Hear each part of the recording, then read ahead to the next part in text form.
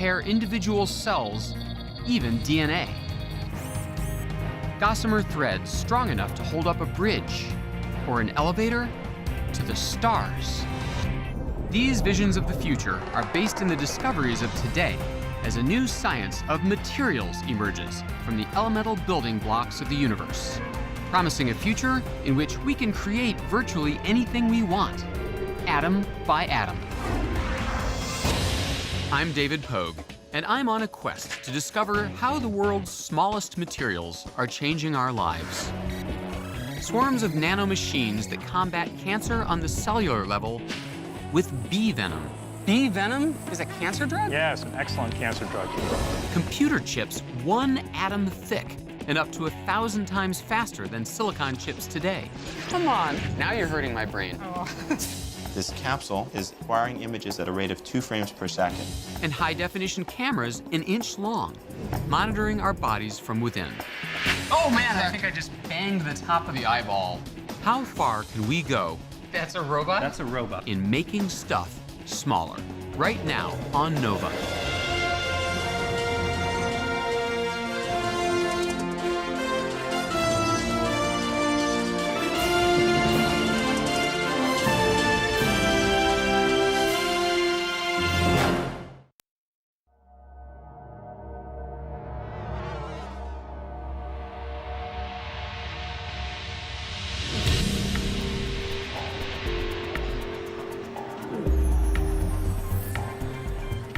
As tech columnist for the New York Times, I'm always on the hunt for the next killer gadget.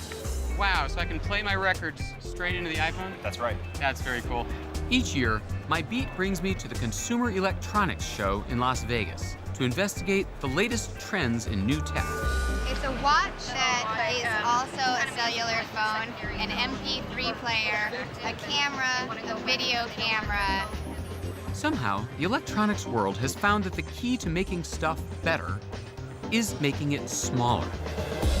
So that's the new flagship LED. Wow. Take the TV.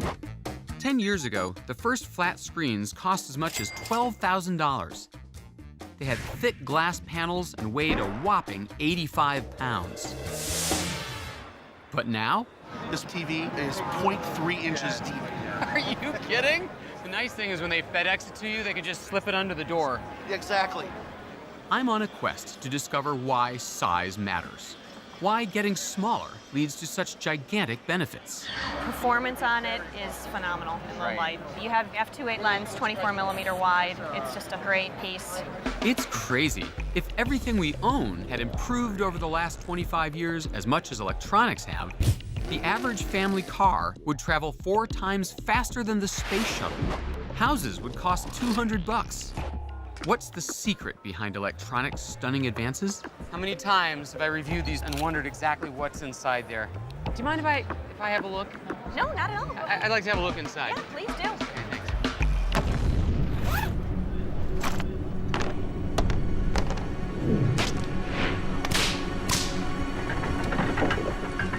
Where I come from, if you want to know how something works, you cut it open. Sony versus Saw. Here we go. You guys are standing far enough back because I don't want anyone to get hurt. What do you think we'll find? Elves? Butterflies? And now, let's see what really is on the inside of a digital camera. Not much, really. And no moving parts at all. This digital camera This is the brains. runs on a 1/2-inch wide microchip. So it seems like if this is really the heart of the camera, a lot of it just exists so that I can handle it with my big human hands. Correct, because that's not exactly the most comfortable form factor you want to be using right there. I know. Honey, smile. Come on, let me see you smile. Come on. Yeah.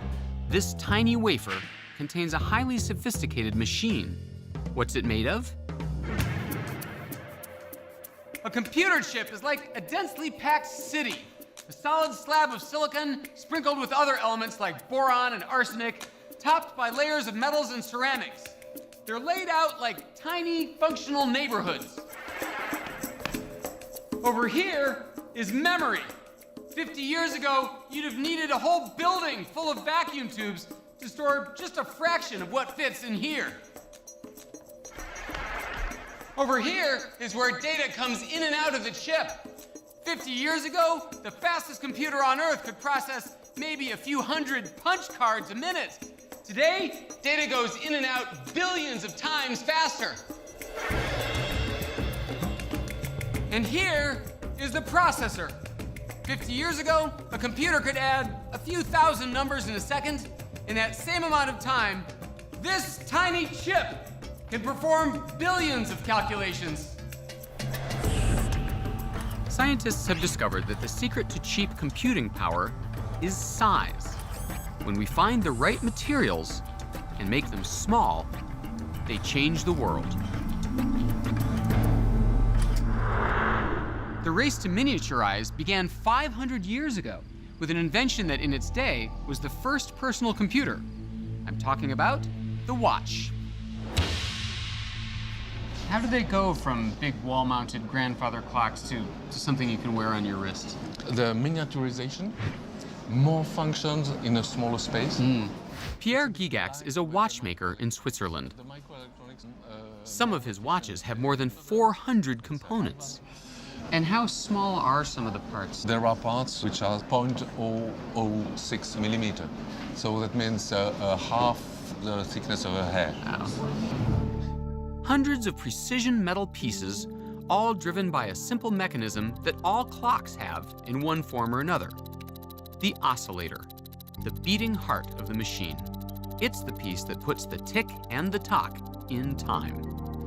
You know, the time is flowing, and it's always difficult to measure something flowing.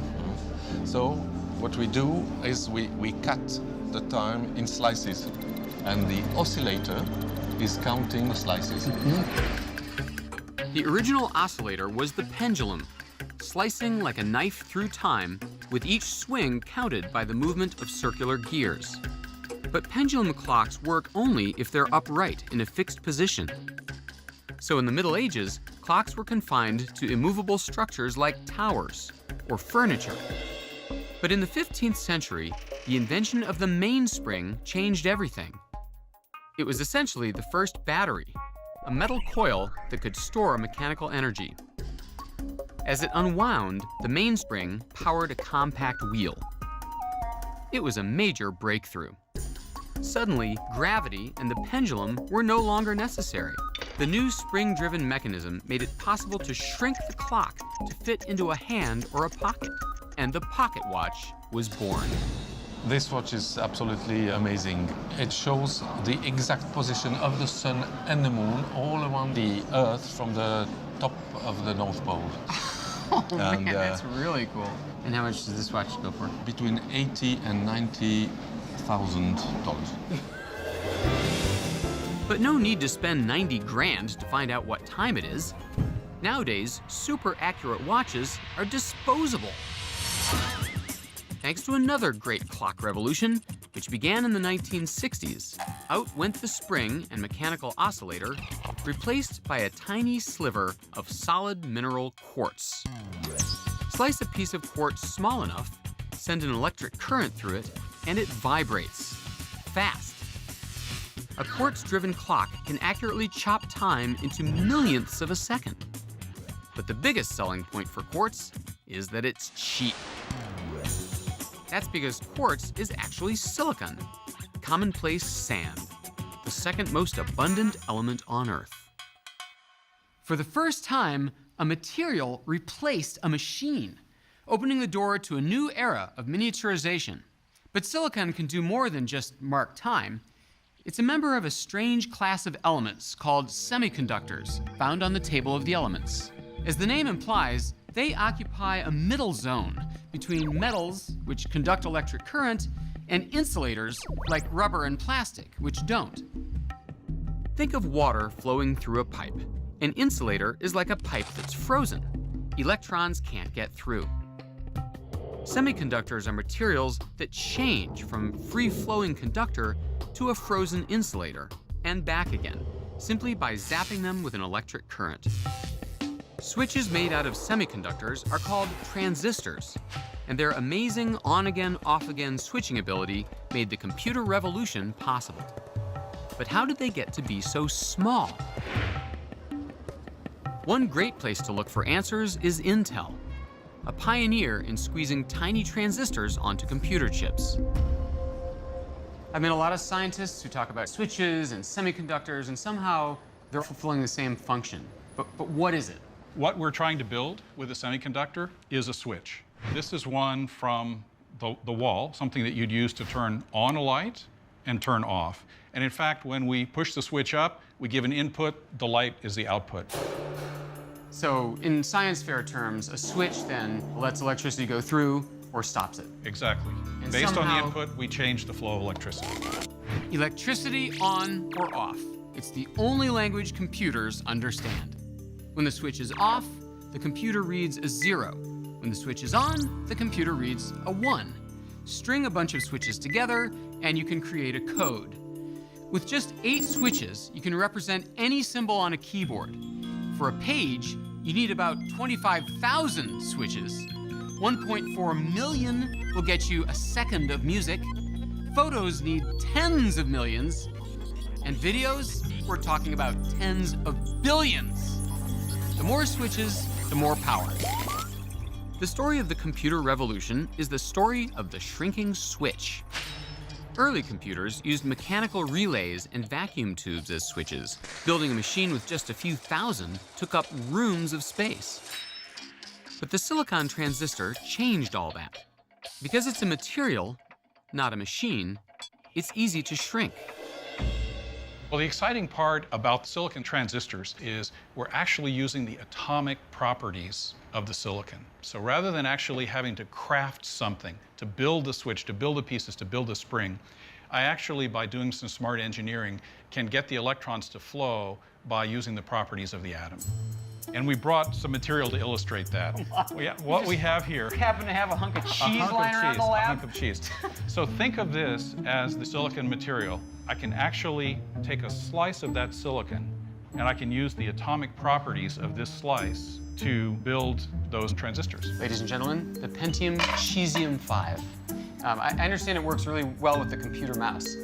You can use that. All right, so you're saying that one beauty of silicon is that you can cut it in half, and it's still silicon. And you could slice it again, smaller and smaller and smaller, but it still does just as good a job of passing along the ones and zeros. Absolutely. And I can use those material properties until I get down to the size of only a few atoms of silicon.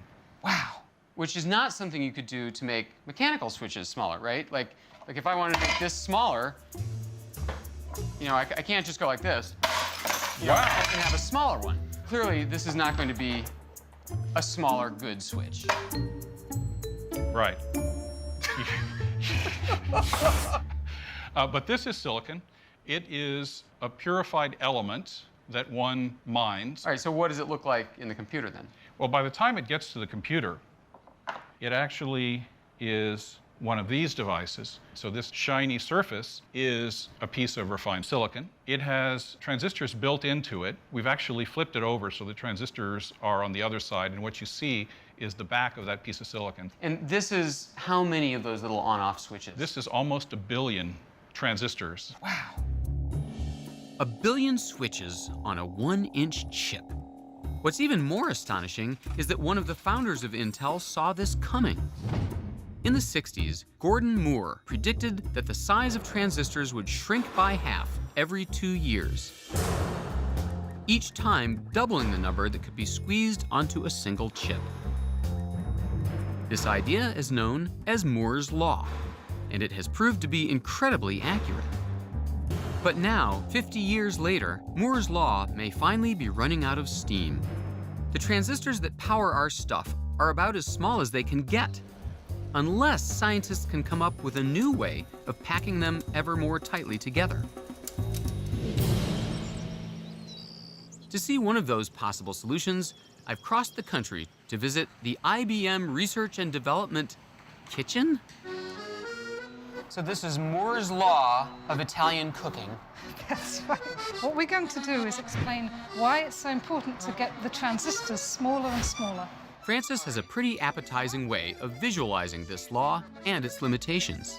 Like pepperoni slices, the transistors on a silicon chip are flat. Okay, so here's our Silicon wafer. silicon wafer. Now, these are the old-fashioned transistors. They're much larger, and you can see that you can't put that many onto each wafer. So this would be a 1960 iPod. I think so, yes. This would be a 60s type of thing. So let's take off these old transistors and replace them with some new transistors. Oh, these are much smaller. Yes, these new transistors are much smaller. Technology has marched on. That's right. It's Moore's law in action. So in other words, all we have to do is make the transistors smaller every year forever, and our gadgets will always be more powerful and more compact. That would be wonderful, but we can't make our pepperoni slices much smaller than this. And these transistors are now packed together about as close as we can get them. The pizza party can't go on forever. There's a limit to how small you can shrink the transistors. If you reduce the surface area of a transistor too much and place it too close to its neighbor, electricity starts to leak, causing a short circuit. Not good. We've run out of area, so there's only one way to go, and that's upwards. Slim Jims? That's right. This is a vertical transistor. Instead of having flatter, smaller transistors, we go in the other direction. Excuse me?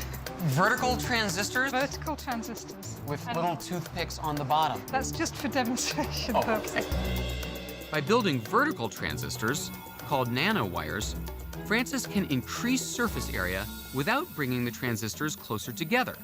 So, no short circuit. Ingenious. So this is what you're doing at IBM. You're That's making right. these? They're called nanowires.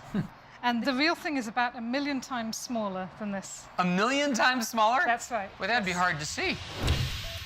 They're hard to see, but this is not a nanowire. This is a silicon sliver Francis uses as a surface to grow them.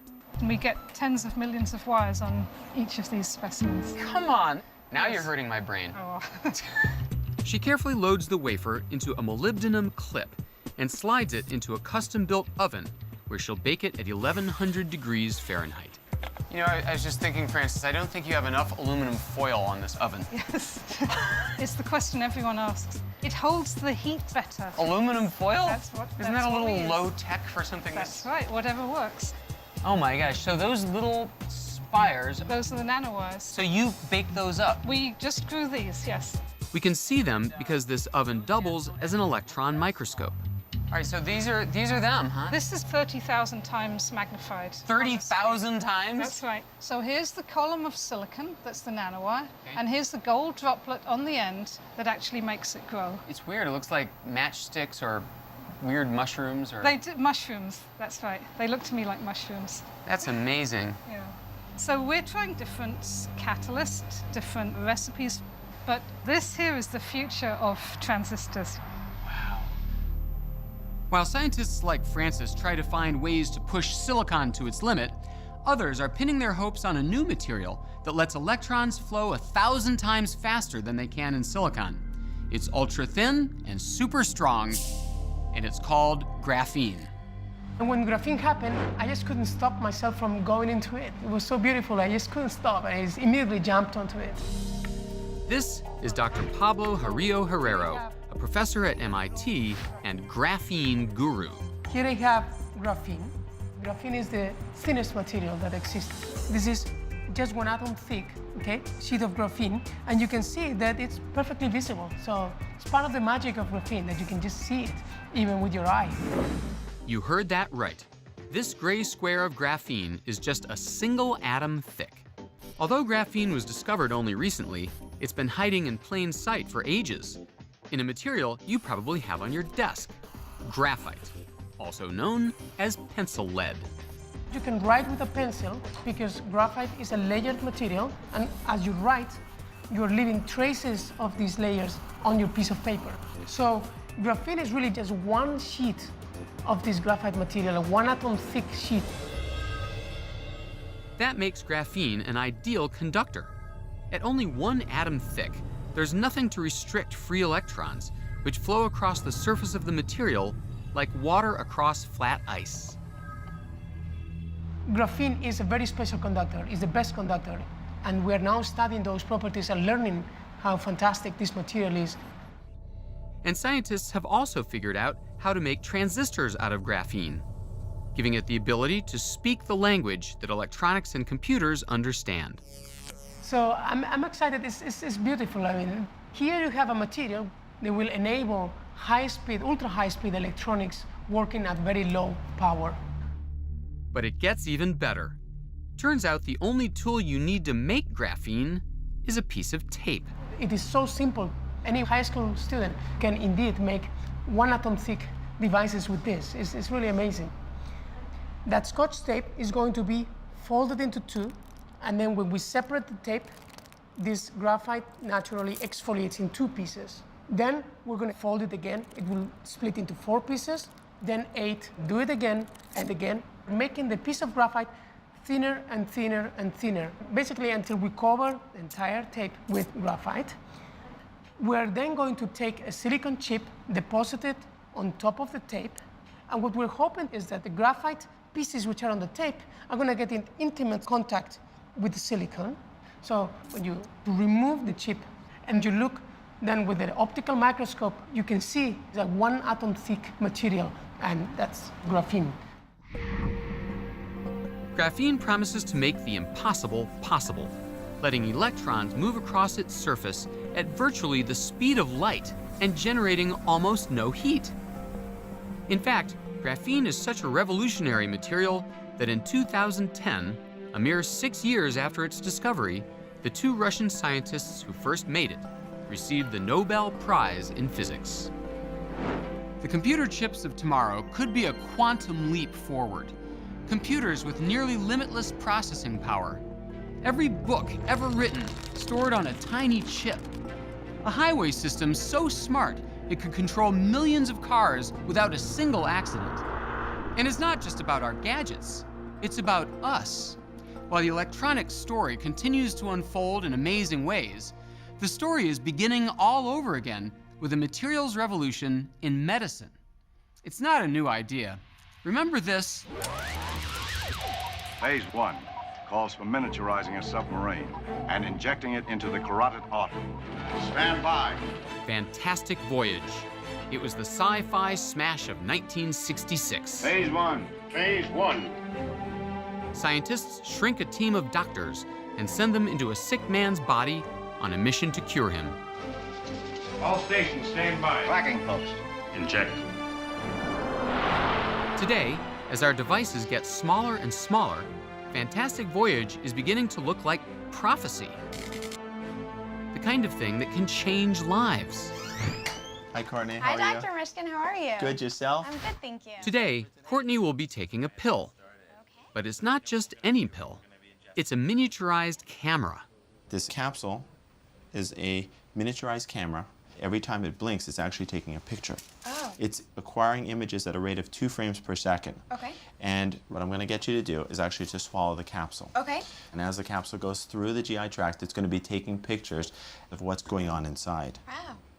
It's called the pill cam, and it travels through the body just like a piece of food, taking 55,000 pictures over the course of 8 hours. Why don't we actually put it inside your hand? Pictures that can provide a diagnosis that once would have required surgery.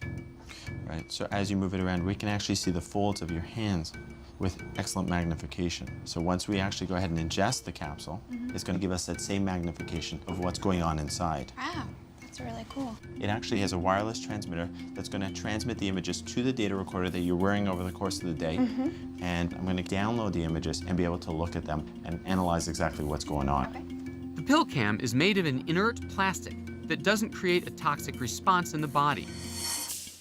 Inside is a mini catalog of the electronics industry.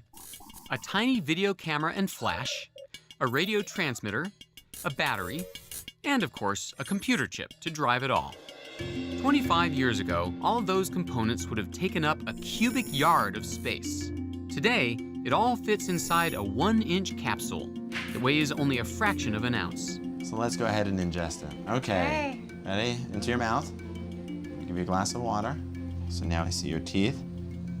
And go ahead. Down the hatch. Okay, great. So that's it. That's the hardest part. Okay. Just remember, over the next 2 hours, do not drink anything. So Okay. 2 hours As the from now- pill cam moves through Courtney's digestive tract, it records what it sees, eventually giving Dr. Mishkin. I'm going to download the images and be able to look at them and analyze exactly what's going on. Okay. The pill cam is made of an inert plastic that doesn't create a toxic response in the body. Inside is a mini catalog of the electronics industry, a tiny video camera and flash, a radio transmitter, a battery, and of course, a computer chip to drive it all. 25 years ago, all of those components would have taken up a cubic yard of space. Today, it all fits inside a 1-inch capsule that weighs only a fraction of an ounce. So let's go ahead and ingest it. Okay. Ready? Into your mouth. Give you a glass of water. So now I see your teeth. And go ahead. Down the hatch. Okay, great. So that's it. That's the hardest part. Okay. Just remember, over the next 2 hours, do not drink anything. So Okay. 2 hours As the from now- pill cam moves through Courtney's digestive tract, it records what it sees, eventually giving Dr. Mishkin a front row seat as he looks for abnormalities. Right now we're looking at the small intestine. It's able to see 360 degrees such that it's like looking down a gun barrel. The capsule is great at acquiring images, but I'm hoping that as the next generations of this capsule develop, that it's not only going to be able to take pictures, but that we'll be able to potentially biopsy, sample the tissue in that area, or even deliver a treatment, such as placing a clip on a bleeding site, or even deliver medications. The pill cam is the pocket watch of today, a super miniaturized machine that liberates the patient. It took centuries to make the leap from mechanical watches to computers. But in the world of microscopic medicine, the story of smaller is unfolding on a vastly accelerated time frame. In fact, scientists are on the verge of realizing a 21st century version of the Fantastic Voyage story.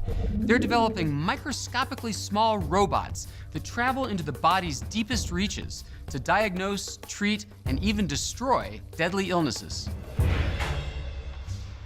This is your lab? This is my lab. This is where you build your robots? This is where we build the robot, yeah. This is Brad Nelson. He's created a robot that could help cure blindness. It's incredibly lifelike. Yeah, that's a mannequin. Oh, sorry. These are the ones we build. What? That's a robot? That's a robot. Looks like a splinter. Well, this is a micro robot. We use them to help perform surgeries on the eye or inside of the eye. The device is only 1/100th of an inch wide, small enough to fit into the needle of a syringe, like the tiny sub in Fantastic Voyage. But the similarity ends there. This unmanned device is designed to treat a type of blindness caused by blocked blood vessels in the retina, the tissue where images are formed. The robot delivers an extremely small dose of medicine to restore blood flow and vision.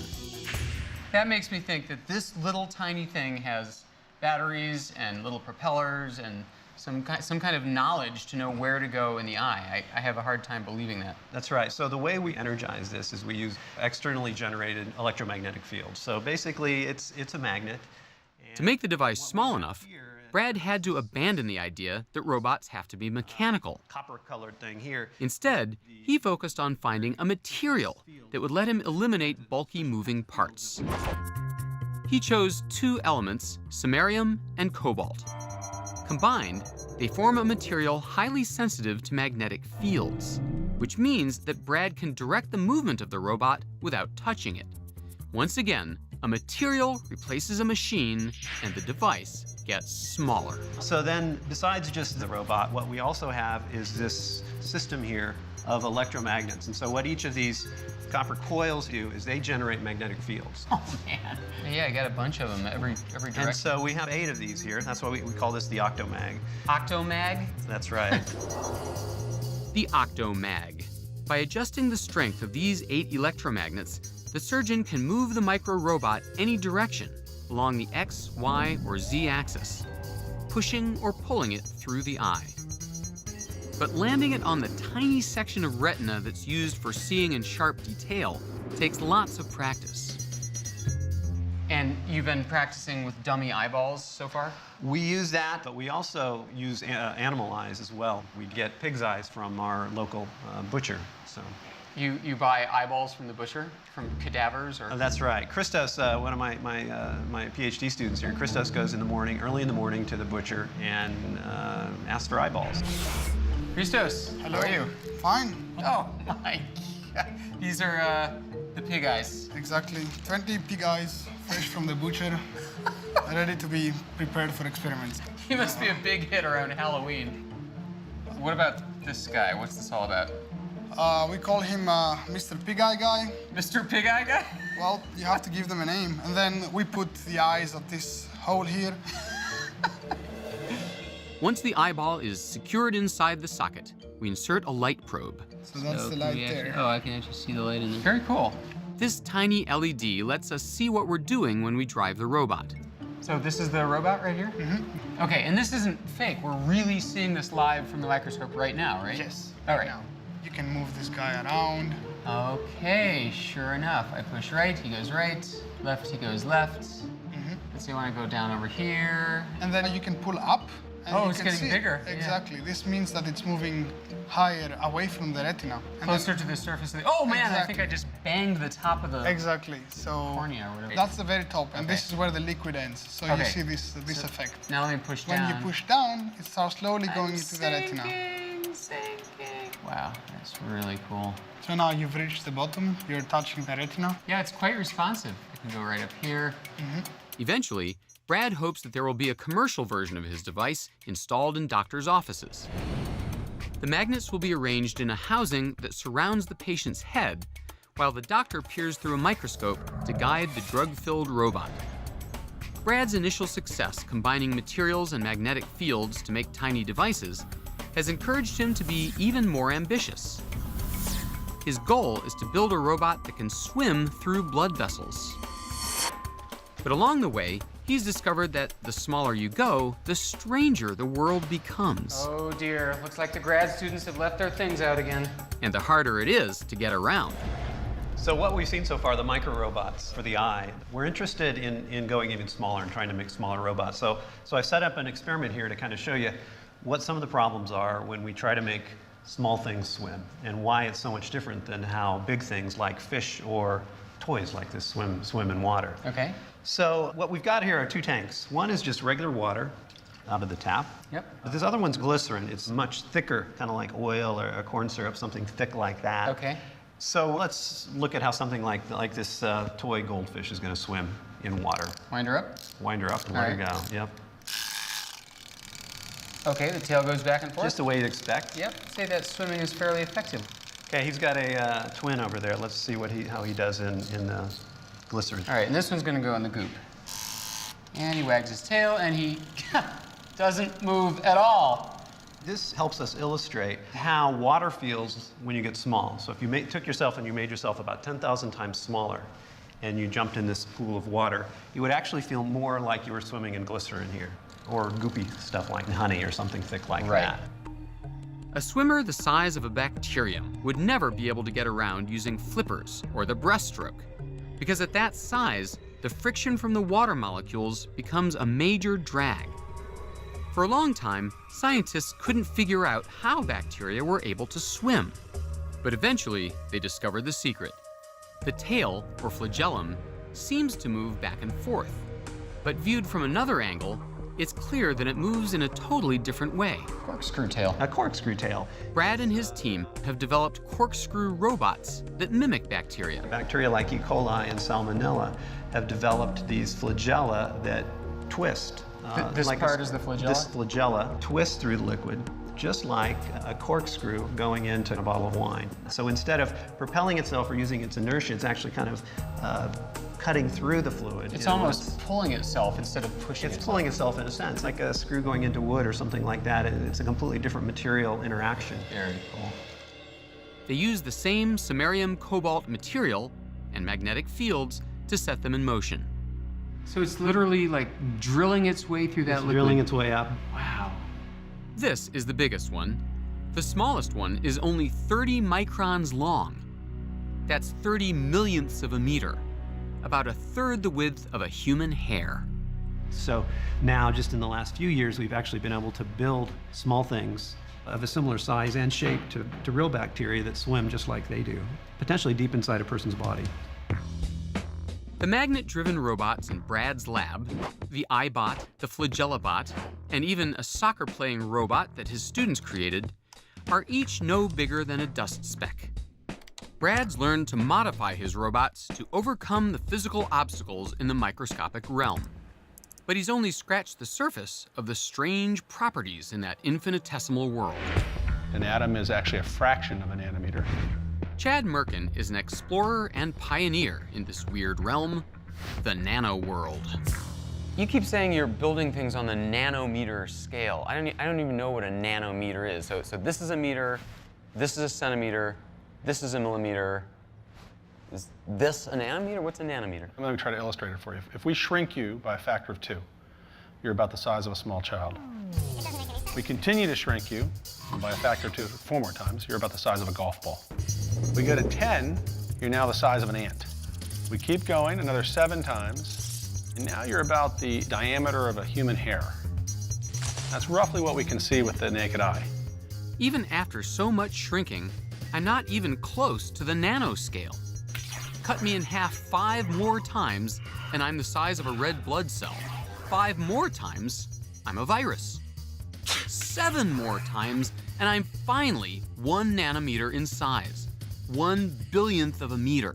That's less than half the width of DNA. It seems unimaginable that we might harness materials this small, but in fact, it's not all that new. People have been using nanotechnology almost unknowingly for centuries. For example, back in the Middle Ages, when stained glass windows were made, they were using tiny little particles to get the beautiful colors. You simply need to go to Canterbury Cathedral, and you can see the effects of nanotechnology in the beautiful glass windows. Canterbury Cathedral. Some of the stained glass in here is nearly 1,000 years old. With so much history under one roof, it's no surprise that the cathedral needs a full-time staff of glass preservationists. So this is the paint station. This is like my local Home Depot with different swatches, right? It's a little bit like that, yes. This is Leonie Seliger, the head restorer at the cathedral. I've come in search of ancient nanotech secrets. What we're looking at here are stains. The stain gets fired, so it's like a pottery glaze. It's fused onto the surface of the glass. Okay. The trouble is that you don't just paint a yellow color on glass and you know how deep and how rich it is. You have to use a chemical process. So to make yellow, you mix silver with clay. Silver under heat actually produces a yellow glass. Wow. She's using silver chloride, which in its natural form looks like small silvery crystals. Leonie mixes a tiny amount with red clay. It's a silver salt that is mixed with this clay. You can't see it. What you see is the clay. Okay. You would then paint that on, and I've made a little series here where I've now applied this clay, and after it's fired, if I then wipe that off, and hey presto. Oh, look at that. From silver clay comes a golden color. There's some kind of voodoo chemistry going on there for sure. That's the mystery. Somehow, this is nanotechnology at work. In the heating process, the silver crystals break down into tiny nanoparticles and turn yellow. But it only works on this glass. And that's not all. Leonie assures me that there are several other metals used in stained glass where nanotech creates surprising color results. Copper would give you brown or red. Red? Or green.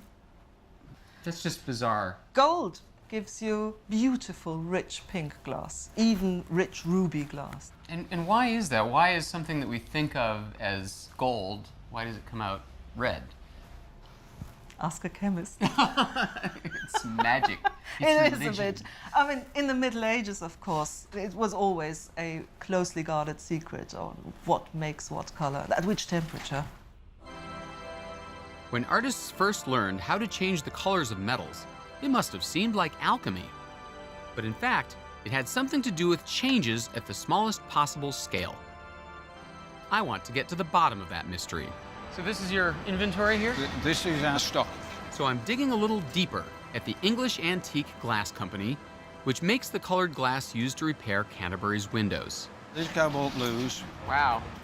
These sheets are crafted by hand, still using the same techniques that were developed in the 12th century. How many establishments are there? Making this? Yeah. One. We're the only makers of flat glass, traditional methods in the UK and Ireland. Wow. This is Mike Tuffy, the head of production here. He and his team of glassblowers are able to achieve the same rich colors found in the cathedral, but they start with clear glass, which is made from a mix of sand, limestone, sodium carbonate, and other minerals. Oh my gosh, that's it? That's it. That's the next great cathedral window right That's there? the next great cathedral window right there. It looks like kitty litter. It doesn't even look like glass. We just put that in the furnace. This is a rod that we use for the different colours. The rods contain concentrated amounts of the metals that create color when added to the clear glass. The color appears when it's fired at 1200 degrees Fahrenheit. So what does it look like when it comes out? Is it a sheet? Is it a blob? It's a blob. The journey from molten blob to colored glass is an intricate process of shaping, blowing, and refiring, resulting in a glass cylinder called a muff. It's this heating and cooling process that creates the final color, thanks to the action of the metal nanoparticles. You slit it, and then you have a flattening machine that uncurls it? That's it. That's a gold pink muff. There's gold dust in there? Yes. But it doesn't look gold, it looks pinkish. No, gold gives you pink. Gold gives you pink? Gold gives you pink. Why would that be?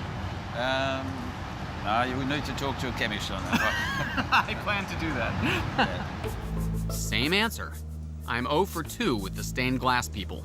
So I went to Canterbury Cathedral, and I actually spoke to the guy who makes the glass and the lady who does the repairs on those windows, and they said, sure enough, they add gold to the glass to make it red. It doesn't make any sense. And you know what they told me? We have no clue. But you're the scientist, man. You should be able to explain why gold makes red. Well, it turns out if you can control the size of a gold particle, if you can shrink it to this nanometer length scale, you have completely different optical properties. Gold's no longer gold when taken to the 13 nanometer size. It's ruby red in color. When light rays hit a colored material, some colors are absorbed and some are reflected. That's why roses are red and violets are blue. Many metals, like gold and silver, reflect most of the color's invisible light, which is why they can be polished to shine like mirrors. But when a particle of gold is made very small, below 100 nanometers, 100 billionths of a meter, the particle begins to absorb shorter wavelengths of light toward the blue end of the spectrum. The smaller the particle, the more blue is absorbed and the redder it appears. But it gets even stranger, because not only size matters, shape does too. Each of these vials contains water with silver nanoparticles dissolved in it. The only difference between them is the shape of the particles. In this test, silver rods give you yellow, silver triangles green, silver prisms give you blue. If metals behaved like this in our big world, then just changing the size or shape of your car would alter its color. Chad sees tremendous potential in this weird nano phenomenon. With almost an infinite number of possibilities, you no longer have to take what nature gives you. You can adjust color simply by becoming a nano architect. Scientists call this strange property of small materials structural color. The living world figured this out millions of years ago. Structural color on the nano scale creates the iridescent pigments in butterfly wings, beetle shells, and peacock feathers. Well, why do we care? I mean, cool, little tiny gold particles are really red. I mean, how does that help mankind? Well, the reason we care is that once you discover new properties, those new properties almost always lead to new applications. There are already a number of medical applications. Chad Merkin has developed a technology that harnesses the unique properties of gold and silver nanoparticles to test for genetic variations in patients. Sequencing DNA is expensive and time-consuming, but Chad's revolutionary test takes less than 2 hours. I offered to bleed for science to see how it works. And your name is? David. Okay, so we're doing a low blood draw today. You can relax. Is this the extraction bench? Yes, this is. First, a technician extracts pure DNA from my blood sample. This is my DNA. This is your DNA. He then loads it into a small disposable cartridge and inserts it into the machine for testing. This test can actually read the letters of my DNA, and using gold nanoparticles, it flags variations that might make me unusually sensitive to particular drugs, or even mutations that signal heightened risk for disease. Less than 2 hours after drawing my blood, the results are in. It turns out that the test has some interesting news for me about my sensitivity to a blood-thinning drug called warfarin, or Coumadin. It's commonly prescribed to stroke and cardiac patients. It's a potentially life-saving drug, but if the dosage is wrong, it can cause fatal bleeding. So what's my warfarin dosage? What they call a double hit, I'm sorry to say. A double hit? You're a double hit. So you have two genes that are mutated, and therefore you're very sensitive to warfarin. And your calculated dose is 2.7 milligrams. See, I knew it. My mother always said it would be like 2.6 or 2.5, but I always said, no, Mom, mine's 2.7. You should always listen to your mom, David. The nanosphere test gave me some crucial information. This is the mutation. Quickly enough to save my life if I'd been ill. It's a diagnostic tool. The next goal is to fight illness in the body at the same tiny scale. Okay, so when we inject this, it'll go in the bloodstream and find the cancer, like a rocket guidance system. Sam Wickline has invented a nano device that's smaller than a virus. Engineered atom by atom, his hunter-killer robots are designed to travel by the billions in the bloodstream. They're pre-programmed by a doctor to seek out specific types of cancer cells and then destroy them, with none of the side effects associated with current drug therapies. It's the ultimate fantastic voyage dream, and it's borrowing a page from these little guys. Wow. See here? Now, Whoa. this is full of honey. See, there's probably 35 pounds of honey in that. Oh my gosh. Yeah, in fact, I'll take it out and show you. He's brought me to meet beekeeper Ted Jansen to get a close-up look at the inspiration behind the science. Now, see, here's one that's already stung me. See? What? But aren't you gonna say ow or something? No, that, see, Oh my gosh. see, that's the little venom sac that they leave. It's not the stinger that hurts you, it's the venom going in you.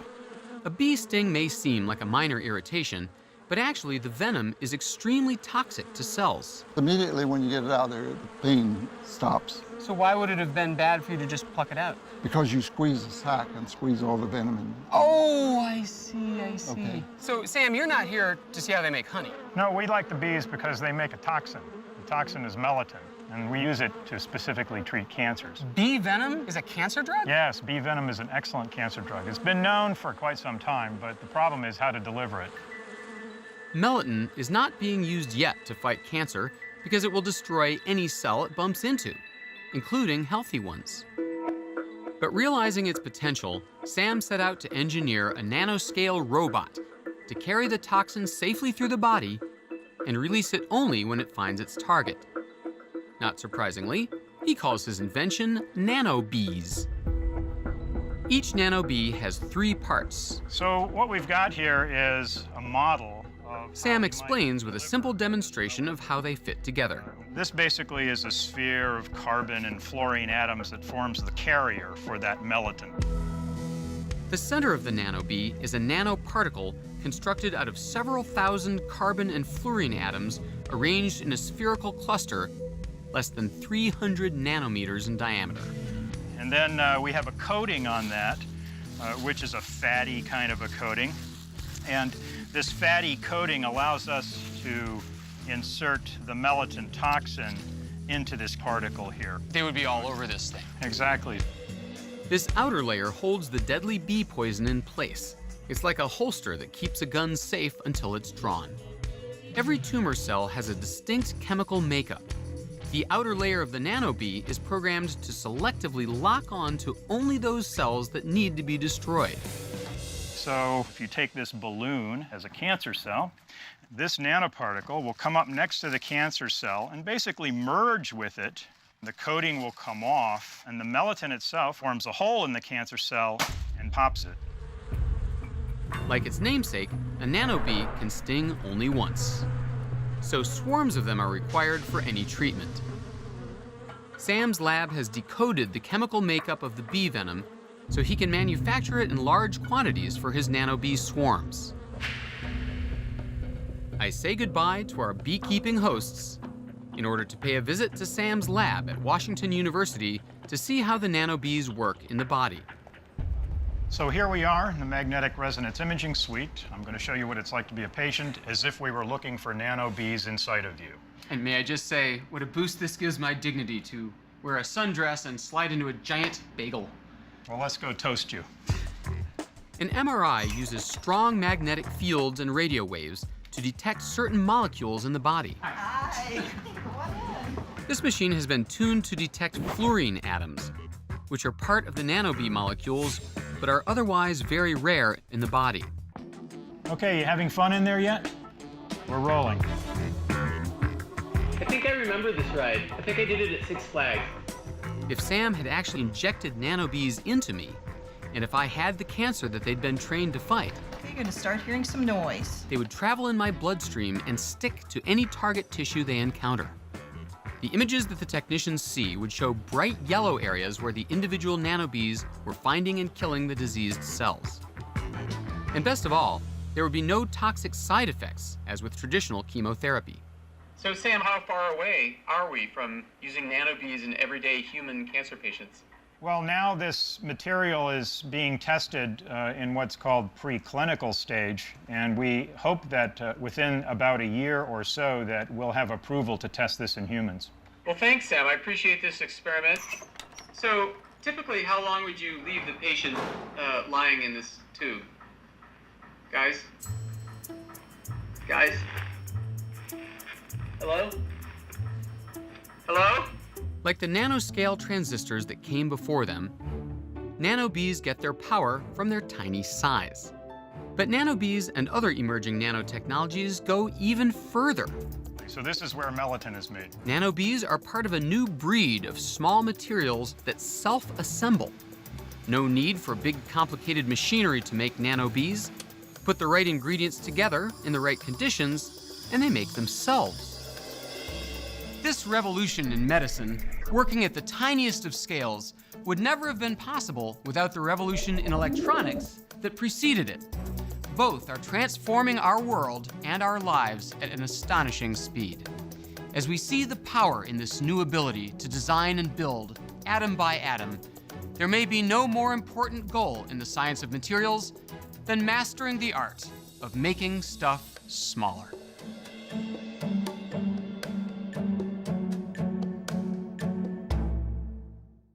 Can we make stuff cleaner and greener? Biodegradable plastics. We've gone from this to this. A new approach to fuel cell cars. Here it is, folks. The future of American hydrogen storage. Host David Pogue investigates new materials on the cutting edge of clean. Seems like a scene from Willy Wonka. Oh, and look at this! The soy foam is taking over! The soy-based seat cushions are performing well at 40 miles an hour. Making stuff cleaner. Next time on Nova.